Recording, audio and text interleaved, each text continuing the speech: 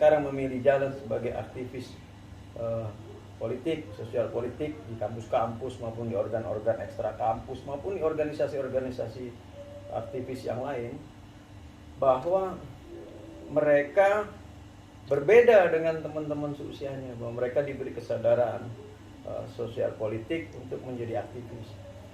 Nah, untuk jadi aktivis sama seperti jadi politisi kan harus punya daya tahan yang tinggi gitu. Daya tahan yang tinggi bukan hanya daya tahan fisik, tapi juga daya tahan mental maupun juga daya tahan intelektual.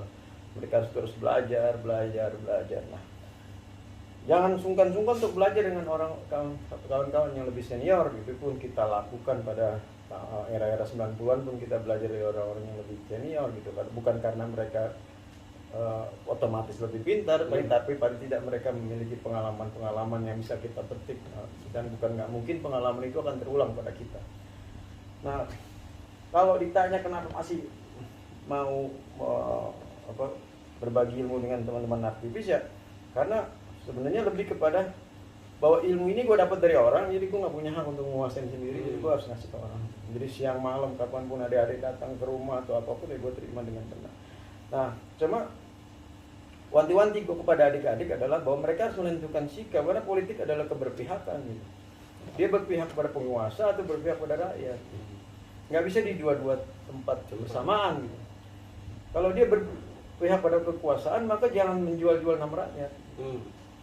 Nah, kalau dia berpihak pada rakyat, ya haramkan wilayah kekuasaan itu. Bukan kita berarti langsung menjadi pemberontak, enggak, tapi paling tidak dalam sikap politiknya lebih membela rakyat ketimbang kekuasaan yang melahirkan undang-undang dan produk kekuasaan yang kemudian dianggap merugikan rakyat. Dan nggak bisa politiknya ngangkang gitu, dengan kekuasaan tapi bela rakyat, nggak mungkin lah itu gitu. Nah, praktek ini yang hari ini menjadi rancu gitu. Satu sisi besok dia demo, dia di spanduknya menulis atas nama rakyat, tapi besoknya lagi dia udah ketemu lagi sama polisi atau intelijen atau siapapun yang berkuasa. Itu aja kan udah paradoks kan sebenarnya. Satu hari sebelumnya dia masih bawa spanduk atas nama rakyat, satu hari berikutnya dia udah bersama dengan kekuasaan.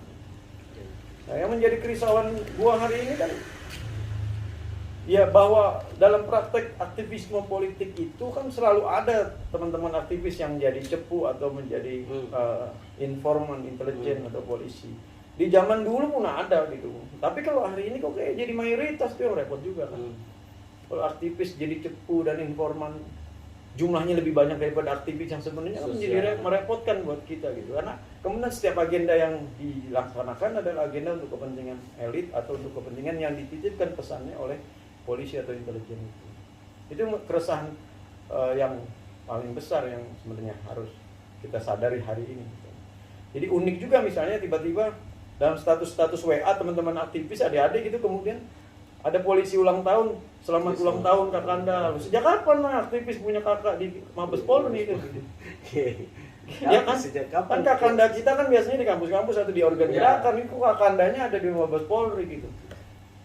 Polisi naik pangkat, selamat atas kenaikan pangkat buat Kakanda. Kapan? Mohon maaf, polisi ini ikut training LK1. Nah itu dia. Kan jadi aneh itu. Lalu yang kedua adalah munculnya orang-orang yang sebenarnya tidak memiliki portofolio politik sama sekali. Anak pejabat, anak pengusaha, mungkin dia juga nggak jelas juga gitu. Mungkin cuma jadi broker atau mungkin tukang bawain tas politisi sebelum-sebelumnya tiba-tiba muncul dan dianggap sebagai senior gitu. Saya ada salah satu organ pemuda misalnya, contohnya adalah isinya mantan ketua umum organisasi-organisasi besar mahasiswa, tapi kemudian ketua organisasi pemudanya itu pengusaha. Buat apa kita jadi aktivis kalau dipimpin oleh mereka yang nggak punya pengalaman apa-apa gitu. Nah kita kan harus menentukan sikap, kami pemimpinnya, karena kami sudah berdarah mengorganisir orang, mengorganisir teman-teman mahasiswa. Kau pengusaha bendahara aja gitu. Nah kalau sudah modelnya begitu kan kacau besok muncul lagi. Adalah beberapa politisi muda saya lihat nggak punya portofolio apa-apa kok soal bagaimana. Jangankan membina basis gitu, irisan politik aja nggak punya. Tapi tahu-tahu tiba-tiba menjadi elit partai atau kemudian menjadi orang yang dikanda-kandakan oleh adik-adik hari ini tuh. Kita harus lihat lah, oh ini nggak ada nih, ini nggak punya nggak punya rekam Untuk jejak boleh. apapun untuk dalam sebagai aktivis gitu. Nah kan problem besarnya adalah itu.